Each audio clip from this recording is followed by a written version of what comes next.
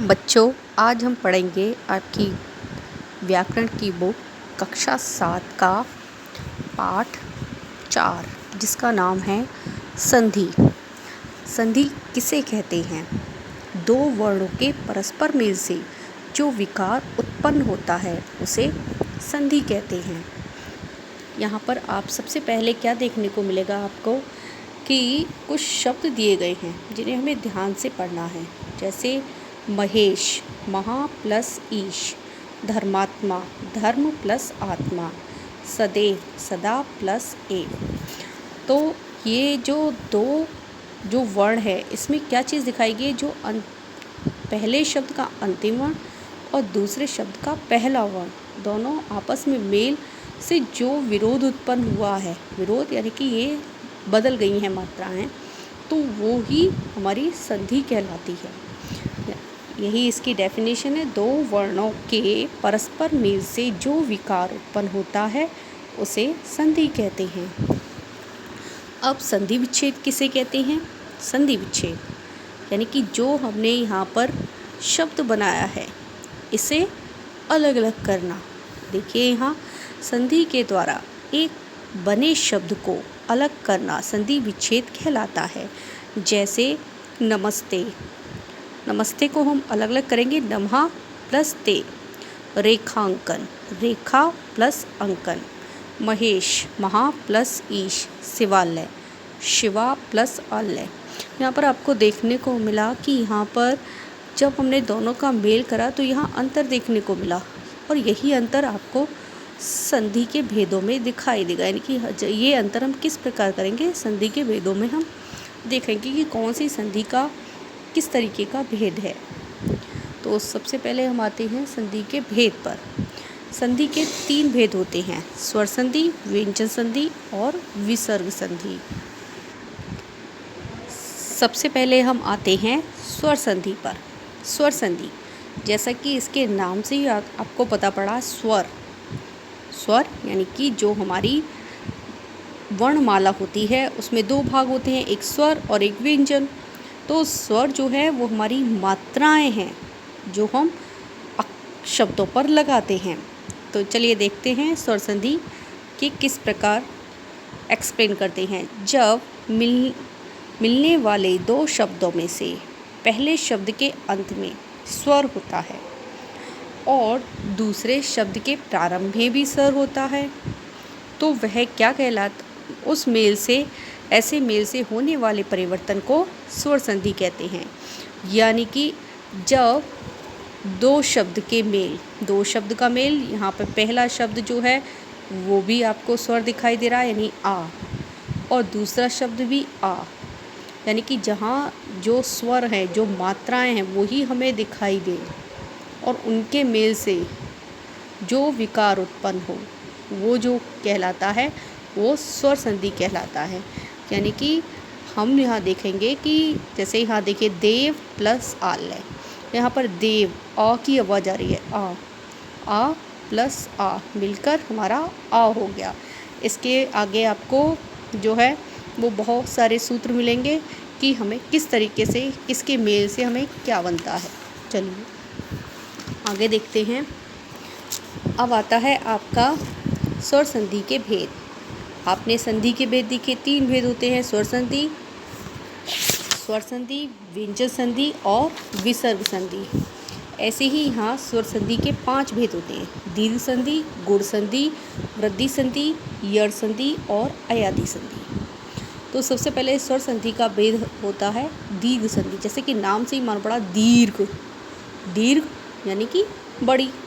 तो यहाँ पर जितने भी छोटे छोटे शब्द हैं, छोटे छोटे मात्राएं हैं, छोटी मात्रा, बड़ी मात्रा, उनको मिलाकर बड़ी मात्रा ही बन जाती है। यानी चाहे छोटी मात्रा हो या बड़ी मात्रा हो, दोनों को मिलाकर बड़ी मात्रा ही बनेगी। देखिए इसकी डेफिनेशन क्या होगी, दीर्घ संधि की परिभाषा क्या होगी?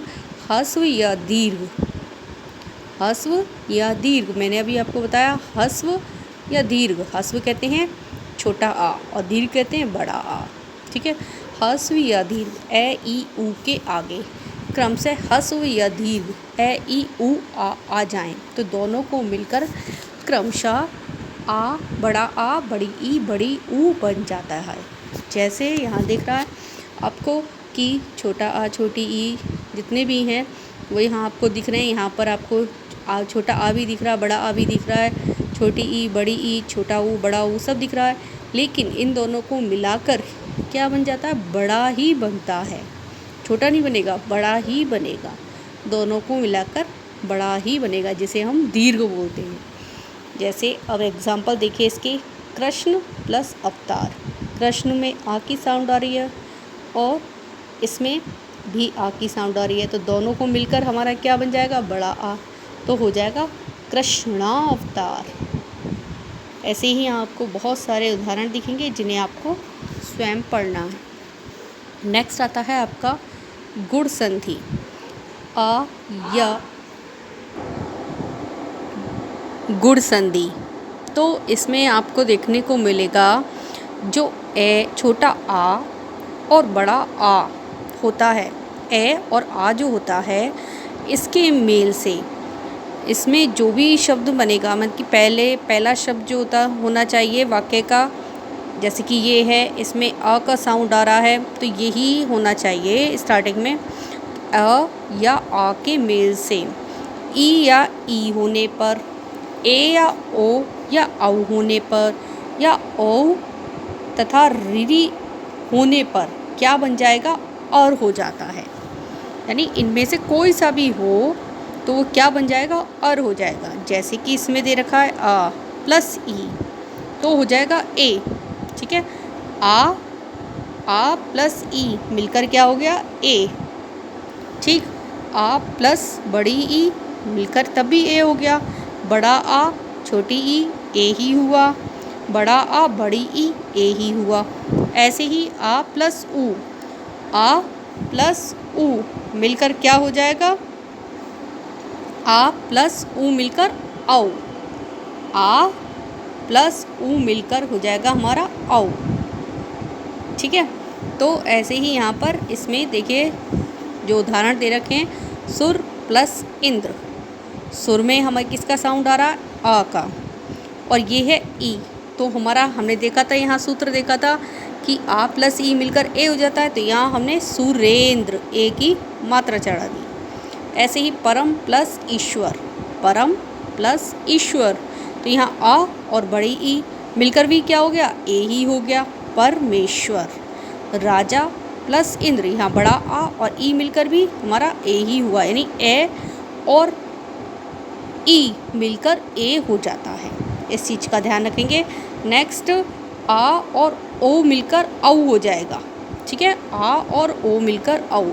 ये आपको सूत्र याद रखने होंगे कि ये हमारे किस किस की पहचान है। दीर्घ संधि के सूत्र ये हैं, गुण संधि के सूत्र ये हैं। बच्चे इसी में ही कंफ्यूज हो जाते हैं, तो ये आपको विशेष रूप से ध्यान रखेंगे कि ए और ई मिलकर ए हो जाता है, ए और ओ मिलकर औ हो जाता है।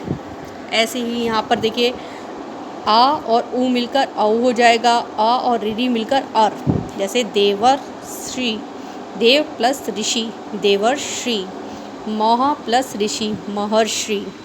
ठीक है, अब नेक्स्ट आता है वृद्धि संधि। जब पहले शब्द के अंत में ए या आ हो, ए या आ हो तथा दूसरे शब्द के आरंभ में ए आई ओ औ आए, तब दोनों मिलकर क्रम से ए और औ हो जाते हैं। यानी कि ये इजी है कि बड़ा ए और औ ही बनेगा। किसमें? वृद्धि संधि में, बड़ा ए और औ। ठीक है, तो वृद्धि संधि की पहचान हो गई, बड़ा ए और औ ही बनेगा। किसे मिलने पर? ए और ए मिलने पर बड़ा ए और ओ मिलकर बड़ा ओ। ठीक, देखिए यहाँ एग्जाम्पल, ए और ए मिलकर बड़ी ए, अ और ए मिलकर बड़ी ए, जैसे तथा प्लस एव तथेव। तो ये हमारा किसका है? वृद्धि संधि का। ठीक, नेक्स्ट आता है यड़ संधि। यदि पहले शब्द के अंत में छोटी ई, बड़ी ई, छोटा ऊ, बड़ा ऊ या री हो और दूसरे शब्द के आरंभ में कोई अन्य स्वर हो, कोई भी स्वर हो सकता है, तो दोनों मिलकर या, व रा हो जाता है। जैसे हमने बताया बड़ी ई और ऊ, पहले शब्द के अंत में क्या होना चाहिए? ई और ऊ और रीडी, ई ऊ और रीडी होना चाहिए। तो उसके पीछे चाहे कोई सा भी हो, उससे कोई फ़र्क नहीं पड़ेगा। तो वो हमारा क्या बन जाएगा? या व और रा।